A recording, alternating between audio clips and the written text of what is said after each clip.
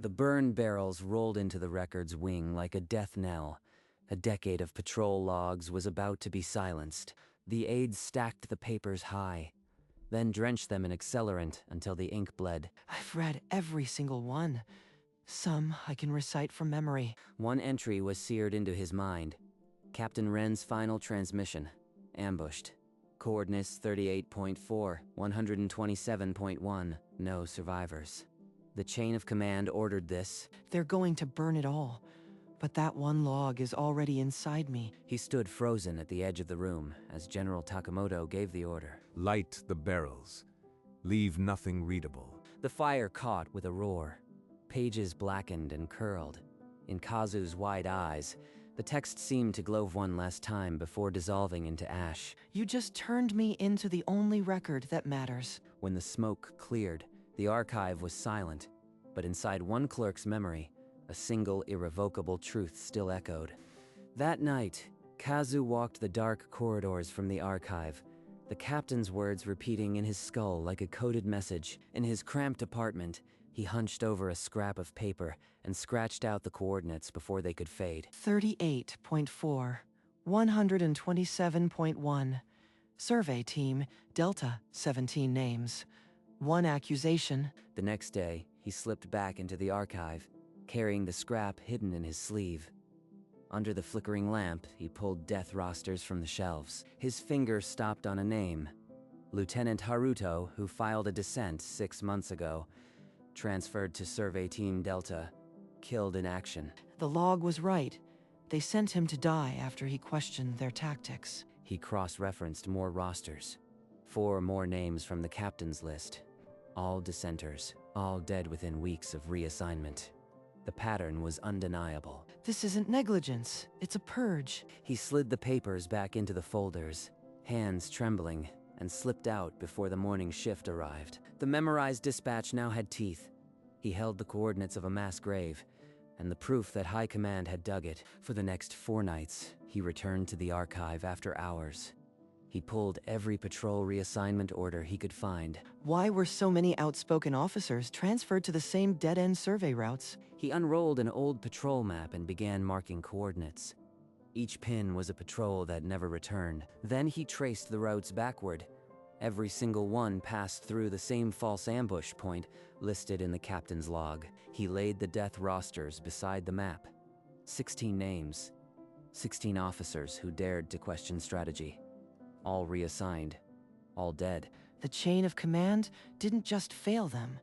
They sent them to die. He pulled out a blank sheet and began writing a denunciation letter in his head. But he had no names to send it to. No one to trust. If anyone finds this before I can prove it, I am dead. He hid the map and rosters inside a hollowed-out atlas, then slipped home under cover of darkness. He now had a complete account of murder disguised as enemy action. But he was only one clerk against an entire command. The next morning, Kazu sat at his archive desk, the hidden atlas burning a hole in his mind. Every passing footstep made his pulse jump. I keep expecting someone to notice, to see the guilt in my eyes. A shadow fell over his papers. Senior clerk Hasegawa, who never missed a late night shift, stood frowning at the scattered documents. Kazu's hand moved on instinct, sliding a heavy ledger over the incriminating notes. His heart slammed against his ribs, burning the midnight oil again. "Kazu, what are you working on?" the clerk asked, his tone too casual. Just routine filing. The summer assignments created a backlog. The clerk lingered, eyes scanning the desk. Kazu forced a mask of exhaustion, praying the ledger covered enough. Finally, the footsteps receded. Kazu exhaled, the breath shuddering out of him. One slip, and he'd be dead. One wrong move, one misplaced page, and I'll join the list of the dead. I can't do this alone. He needed an ally, someone with authority who would listen. But in this building, trust was a bullet in the back. 3 days later, the archive door swung open. A woman in an inspector's uniform stepped inside, her expression unreadable. The record's wing still smells like a bonfire. Were all the recent disposals authorized? Internal affairs. That badge means she can open any file. question any officer. You were present during the log disposal, correct? The night of the burn barrels? I was cataloging the inventory list. General Takemoto's orders were clear. Observe and record nothing. She watched him for a full 10 seconds longer than necessary, her brown eyes sharp as a blade. Finally, she turned and left, boots echoing into silence. But at the door, she glanced back through the shelves. She isn't just here for routine inspection. Was that glance a warning or an invitation? She didn't speak to him again that week, but Kazu caught her in the archives twice more, pulling the same death rosters he'd touched. She was hunting something, and her circle was tightening around the only man who couldn't afford to be caught. A week later, Sanae cornered him in the deepest aisle of the archive, long after the last shift had left. I found this in a disused burner barrel. Half burned, but the handwriting survived. She held the scrap under the flickering lamp. A few words were legible. Ambush, ordered, chain of command. That's Captain Wren's handwriting. She has a piece of the log they burned. This isn't a routine disposal. Someone wanted it destroyed, and I think you know why. Kazu's throat tightened. She wasn't looking at him like a suspect. Her eyes held nothing but exhausted resolve. Why are you showing me this? If you think I am involved, then arrest me. Because you were there that night, and you refused to meet my eyes today. You saw something. She's not one of them. I know that look. She's been chasing this alone, just like me. The silence between them stretched. Either could bury the other with a single word, but neither spoke it yet. I can give you the entire dispatch, every coordinate, every name. And then, with his eyes closed, he began to recite. His voice was steady, but his hands trembled. Coordinates 38.4 by 127.1. Survey Team Delta, 17 names logged. He listed the dead officers. Haruto, Yuki, Ito, Mori. Each name a life extinguished on orders from above. And the final entry. The chain of command ordered this ambush. Signed, Captain Wren. Sanae placed the charred fragment beside her transcription. The handwriting curled identically. It's a perfect match. Every loop, every angle. This is the same hand. We hold the proof. Now we just need to survive long enough to use it. The evidence was undeniable, but the generals would kill to keep it buried. They needed a plan. I have protocols to call an emergency council hearing, but if they catch wind before then... From her coat, Sanae withdrew a thick folder. Inside were death rosters and reassignment orders, months of investigation that mirrored his own. These are the officers who questioned the command. Everyone transferred, everyone dead. She has the pattern, too. We were both circling the same terrible truth. Outside the archive door, a passing guard froze. Through the crack, he heard the word ambush and leaned closer. The guard melted into the shadows, his footsteps silent on the stone floor. In his office, General Takemoto received the whispered report. His face darkened with cold fury. Detain the clerk and the inspector. Now, they are a security breach. Boots echoed in the corridor as armed guards marched toward the archive with lethal intent. We have to get this to the council tonight. If they suspect, we're dead. They were still discussing the hearing when the distant sound of marching boots reached them. It was already too late. The marching boots grew louder, reverberating through the stone floor. Kazu and Sanae's eyes locked, and in that split second, the plan crystallized. Take the folder and the log. All of it. One of us has to make it. I won't leave you, Kazu. We can still both. There's no time. The council is the only chance. Go. I'll hold them. She stumbled, then ran, slipping through the side door just as the main entrance burst open. Guards flooded the archive, flashlights cutting through the darkness like blades. Kazu raised his hands slowly, his heart hammering, but his gaze held no fear. Rough hands seized his arms, slamming him against the shelves. Pages fluttered around him like dying birds. In the dark corridor beyond, Sanae ran, the evidence hidden inside her coat, her breath ragged and wet. The night swallowed her escape. Inside the archive, Kazu was in chains, but the truth was already out. They dragged him to a windowless room deep beneath the headquarters.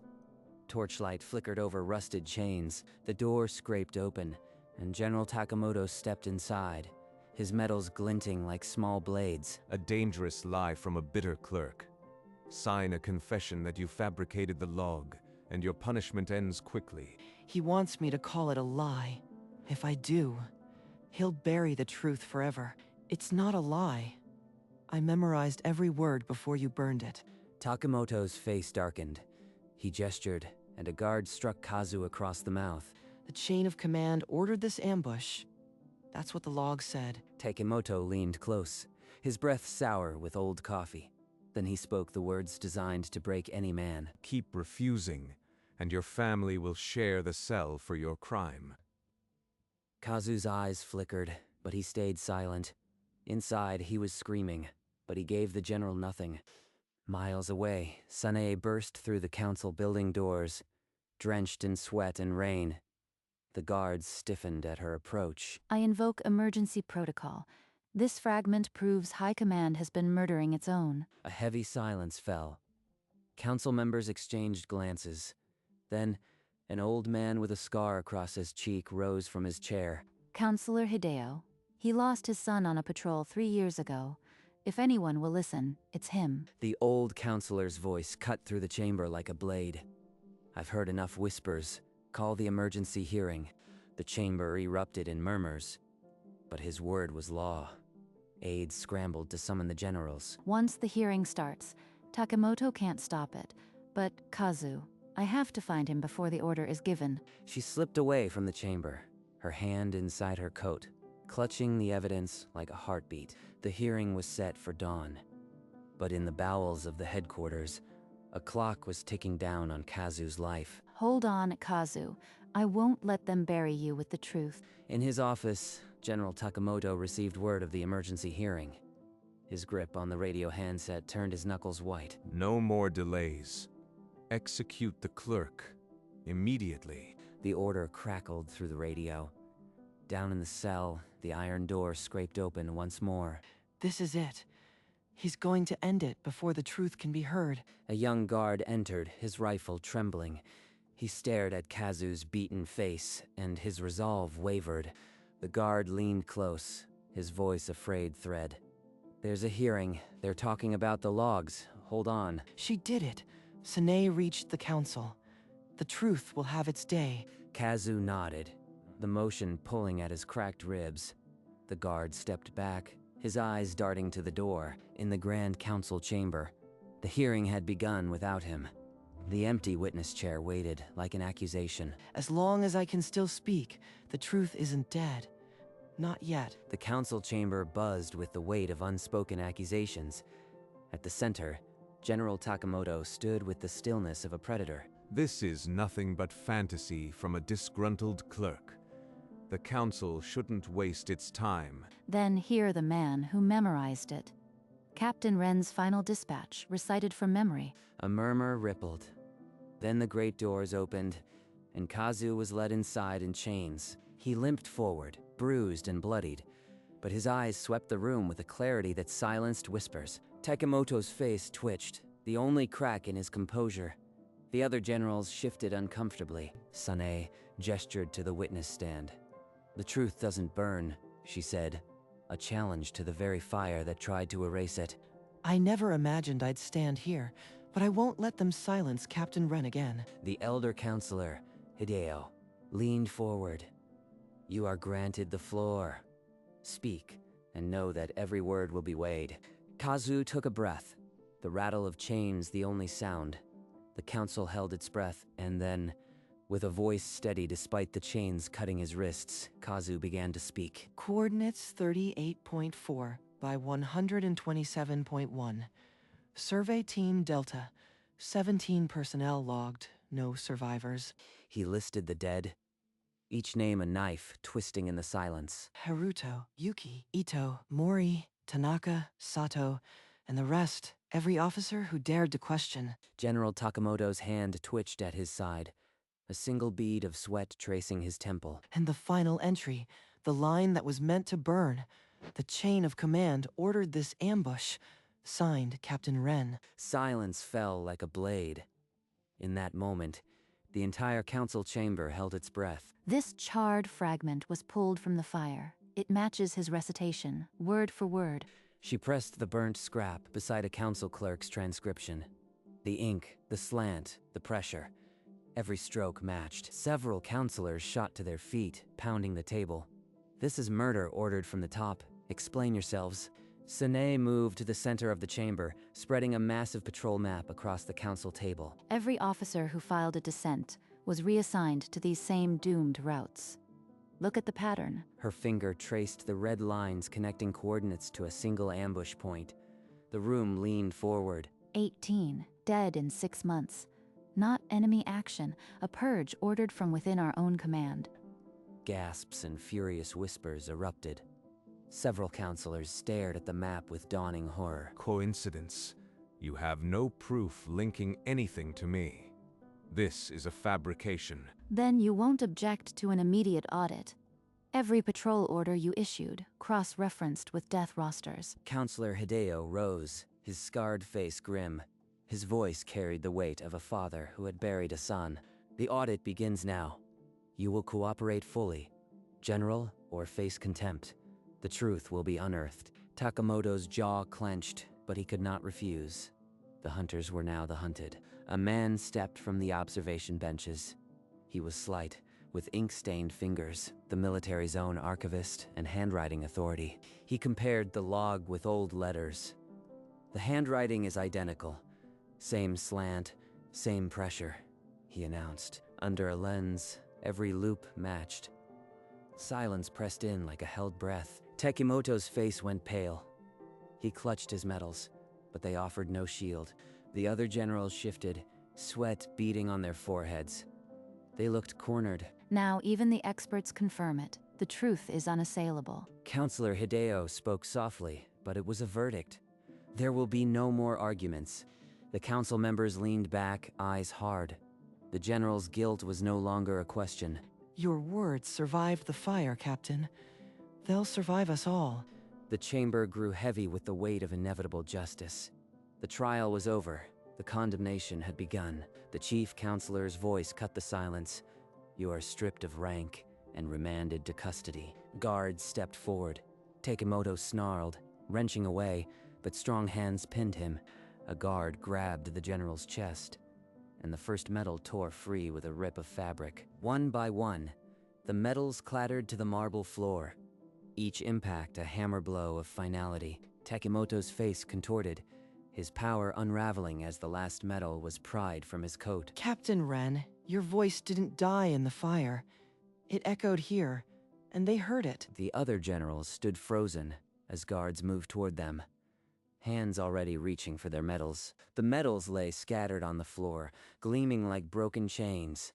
The high command had fallen. Justice doesn't burn. It only waits for someone brave enough to speak it. Kazu's chains felt lighter. The truth, once spoken, had become unbreakable. Hours later, with his wounds dressed and his chains gone, Kazu walked alone into the charred archive. The iron burn barrels stood like cold tombs, filled with the ashes of a decade's truth. They tried to burn it all, but words don't die in fire, they wait. Something caught the pale light filtering through the smoke-stained windows. A corner of paper jutting from the debris. Number. It can't be. With trembling fingers, he lifted the scrap. The line was there, miraculously whole. The chain of command ordered this ambush. Captain Ren's voice still speaking after everything they did. He had memorized it, recited it, and now he held the physical proof that fire could not erase truth. This belongs in the archive. Not hidden, but preserved for everyone. The archive was charred, but the truth had survived. One clerk's memory had preserved an indelible accusation. Every time I close my eyes, I see his face from the file photo. Young, determined, knowing he wouldn't return. Your words didn't burn, Captain. They never will. He walked away from the cold barrels, the scrap cradled like a relic. The archive's silence had a new weight. In the quiet of the records room, he pulled out a new envelope. He wrote each word carefully on the front. He pressed the scrap inside, then sealed it. The act felt heavier than any lock. This is what an archive is for. Not to hide the truth, but to protect it. Morning light crept through the high windows as he stood, the envelope under his arm. He stepped outside into the pale dawn. The headquarters shadow seemed a little smaller today. Kazu looked up at the sky, the envelope pressed against his chest, and for the first time since the fire, he allowed himself a small, tired smile. Within a week, the truth was public. Headlines screamed the general's betrayal. The entire military reeled at the revelation. At his desk, Kazu read the reports. The same words he had memorized were now public. It doesn't feel real yet. They're finally listening. Then, one afternoon, the chief counselor himself appeared at his cramped workstation, a rare smile on his scarred face. He was offered the role of head archivist, a promotion few clerks ever dreamed of. I am just a clerk. That's what I need to be.